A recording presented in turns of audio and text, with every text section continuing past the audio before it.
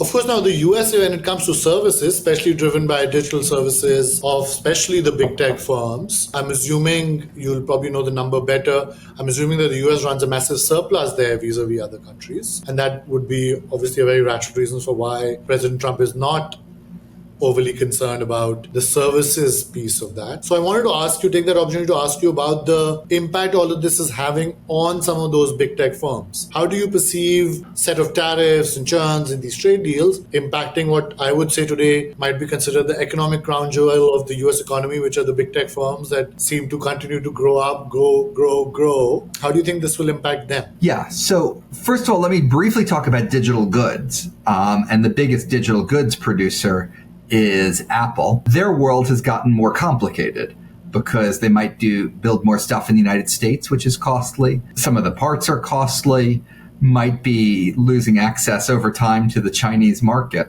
Then when it comes to digital services, first of all, you're not being very directly affected by the tariffs. Basically, two economies in the world that seem to be capable of producing these digital services, the United States and China.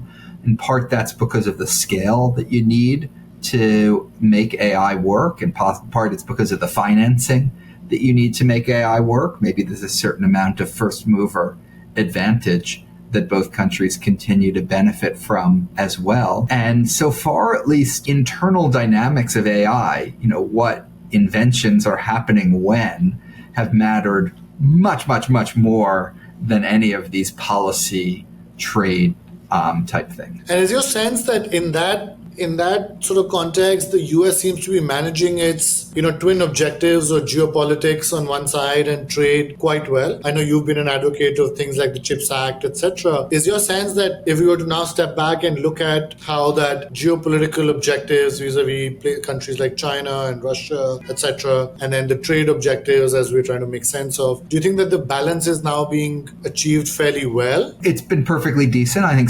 reducing some of the sort of regulatory fears the AI industry has had in the United States has been the right thing. I could argue either side of the United States exporting the AI chips to China. They're going to figure out how to make these at some point. I think there's only so much you can slow them down. A lot of the AI I actually think is positive sum, where countries are going to learn from each other. I don't think it's all a zero-sum, winner-takes-all type of contest. So I'm not positive that we've been handling it right on China, but there's not an obvious right answer. But, mostly this isn't policy. This is a group of people who are unbelievably talented, taking advantage of some unbelievable improvements in, processing power and in data availability. Some of these ideas aren't brand new, but the ability to exploit them and take advantage of them is brand new. And, the most important policy ingredient to all of this in the United States is immigration. And that's the big difference between the United States and China. China has 1.4 billion people that it can call on the talents of. The United States has, 8 billion people, if it plays its cards right and is willing to let people come and contribute to the United States. We wouldn't have anything resembling the tech industry broadly or the AI industry specifically were it not for our immigration policy. And of course, that worries me because I'm not sure how long we can count on that immigration.